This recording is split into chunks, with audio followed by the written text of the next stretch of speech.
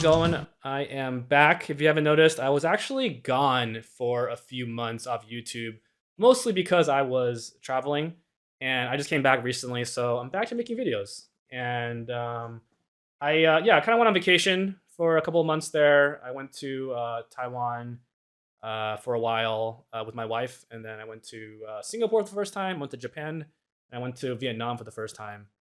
And yeah, this year we decided, hey, you know what? We're gonna prioritize fun, and she likes to travel, so she just planned a trip and brought me along. So that's where I was. I had some time to think about this YouTube channel while I was gone, when I was uploading, and I came to this realization, which was I really, really hate making thumbnails. Like I hate it a lot. Everything about it I don't like. I don't like taking pictures of myself. I don't like formatting. I'm not very photogenic, so the photos always like weird. You always have to be like surprised, right? And then like then there's like, yeah, I just don't like it. And then like you have like 8 photos of you that are all super surprised, and then it's all uploaded on my computer, and it's like all these photos of myself. I'm just like, I don't like it, so I'm gonna stop doing that. And I realized that, hey, you know what? I don't have any goals for this YouTube channel. I don't think it's gonna be like super big or anything. But I just want to talk about stuff I want to talk about, and I also want to like not. I don't want to like try to create an audience, if that makes sense. Like I was doing sales videos for a little bit because I was trying to create an audience for sales, and then you know I don't know. I mean, it's fun, but I don't love it. So I'm just gonna stop doing that. So yeah, I guess I'll talk about what I want to talk about, which is, hey, I went on this trip. It was cool. Taiwan, by the way, is amazing. Everyone and their moms was there, just because they were out of COVID. But spent like 5 or 6 weeks there. Really got a good chance to hang out with my wife's family, her extended family.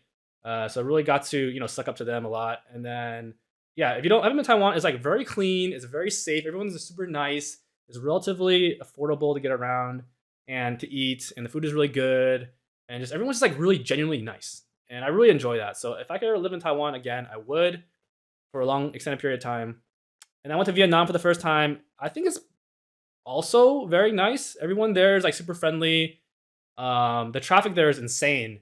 But yeah, the biggest thing I learned there was like, yo, the history that you learn in America about the Vietnam War and the history that you learn over there about the American War is like really different. So that was very interesting. Singapore was also really nice, super clean and everything. One thing I learned there, which is really random, but I always was under the impression that like everyone in Singapore could speak like really good Chinese, but that's not the case. Like if you think about it, like if you're American born Chinese, like you're second generation, your Chinese isn't that good. So if you're like Singaporean born Chinese, kind of same thing. Your Chinese not that good. It's like a second language to you. But their English is also kind of off, right? It's like weird. It's like weird English. So can they speak a language? I don't know. Sorry, I don't know if that's offensive, but that was just surprising to me. I was surprised. Yeah. All right. And then, Japan's always cool. It's very clean. Yeah. So the trip was really nice. I was gone for, 2 months. I stayed at like very different places. I would share pictures, but honestly, I took a lot of photos, but they're not. Here's the thing about photos is like, I don't like taking them. And, all the photos I have are just like me and my wife, like a selfie like this, because I don't want to ask someone to take a photo because it's just like a hassle. And I'm not photogenic at all. Like you see me on camera, I'm like, yo, this guy looks kind of weird. Like, dude, if you saw me in person, you'd be like, oh, this is way better. My wife is like, yo, she's like, I'm not gonna lie, my wife is like really pretty, like super cute. Everything about her is like really good looking. But then like when it comes to like taking a photo of her, it's just like off, dude. Like it's just like you see her on camera, like on the screen, and then like once you hit the button, like for some reason, it doesn't look like her. So yeah, basically I'm saying all the photos I have don't look great, and I'm not sure what that is. But hey, internet, you guys don't trust me? I have a real wife. She exists, and she's hot, and I can't show any photos because they're not good. So yeah, I don't know. All right, so let's talk about Tesla. So first of all, I'll admit I am very, very surprised. If you told me 3 months ago Tesla was going to fall this low, I would have slapped you in the face. I would not have believed you. But yeah, I mean, I was obviously wrong. Super surprised. Fundamentally, I think the company is going to be fine, and in the future, it's going to do really well. I haven't sold anything, and I can argue all day about the fundamentals of the company, which I won't in this video. In this video, I want to explore the experience of making and losing a lot of money and what I learned, because I feel like I actually learned something really insightful that I already kind of knew, but I experienced it, and I actually believe it more now to a degree. So I'll start by saying, hey, okay, in 2018, I went through a very similar experience where I bought a bunch of crypto and it shot up and I made a bunch of money. I held on to it because I got greedy, and then it crashed and I sold some at the bottom, and then whatever. But essentially, I kind of won the lottery and then lost it all. and it was a significant amount of money. It was like enough to buy a house, right? And that was pretty traumatizing for me. Like I thought about it, I lived in regret like every day, like 2 or 3 years, and it was a bad time in my life, and it was like always in the back of my mind, like why did you do that? Why were you so blah blah blah? It was just like a traumatizing experience. Okay, and recently I kind of went through the same thing, right? I went through a similar run where it was like even more money. So I think I probably swang like, with Tesla, I probably swang like over 7 figures, and this experience though I feel like is a lot different for me, like how I experienced it, and I'll go over why.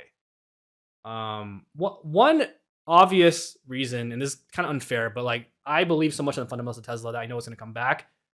And let's not be dramatic here. Like this is not like money where I like worked for it, I saved up, and now that it's all gone. I trade a lot of time for it. This is like something I bought and went up and went back down, right? So that is a little bit different, I guess, than someone like losing a big loss. But that's not to say this is still a significant loss. What I'm explaining, okay? But I want to put into perspective. I don't want to be over dramatic, but here's why I feel different about the situation. And I can remember clearly as the price was going up and I was making all this money, I was really regretful. I was thinking about, hey, I have all this FOMO. I should have bought more. Why didn't I do this? Why didn't I leverage this? Or why didn't I do that? Blah, blah, blah. And I was actually regretting missing the run up, even though I did catch it pretty big, right? And on the way down, I was basically doing the same thing. Oh, how can you be so greedy? Why don't you sell at the top? Blah, blah, blah, blah, blah.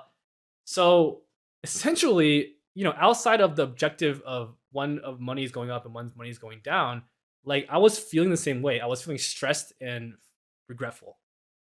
So being able to remember exactly how I felt when things were going well actually helps a lot and puts things into perspective, because right now you're like wishing I could go back in time and be in that position again. But when I was in that position, I wasn't really any happier. I was still stressing about things, right? And it just kind of reinforces the idea where it's like, hey, you have to be able to be happy now, or else you're never going to be happy in the future. And it's super obvious advice, but I feel like it's really hard to believe. So, for example, if I say, hey, would you be happy if I gave you $10 million? You're going to be like, yeah. All right. But in reality, what probably would happen is you would get $10 million, and then you would get used to it after like, 3 months, a year, 6 months, 10 years, whatever.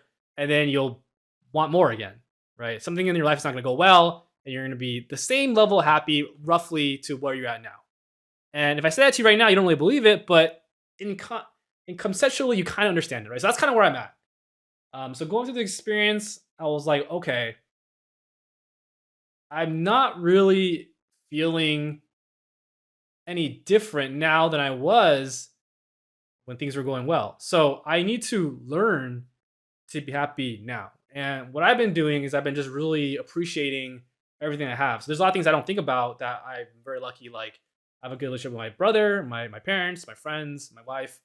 And those are the things that I've been really, really focusing on for the past couple of days or weeks. And I don't know if that's corny or anything. And then this kind of reminds me of this saying that I've seen on the internet where, like, someone trying to sell you some get rich quick scheme would be like, oh, yeah, all the poor people say money doesn't matter, but it really does, etc., etc. But I want to think about that for a second, because I don't like, for me, I don't spend a lot of money. And I feel like as long as like your expenses are covered, like that incremental money, whether it's up or down, doesn't really have a direct effect on your immediate life, right? So your day-to-day life and how happy you are, it doesn't really have an effect on it, other than this quote unquote sense of security. But if you feel like that money's gonna come back anyways, then it doesn't really matter, as long as you can mentally like understand that. So yeah, I'm kind of spitballing here, but yeah, I mean, my point is, I think the one learning that I want to share with you in this video is just like, hey, like you have to really be happy with what you have right now, or else you're never gonna be happy. I'm starting to believe it. All right. Hope this video is helpful. Please leave me a comment. Thank you. Bye.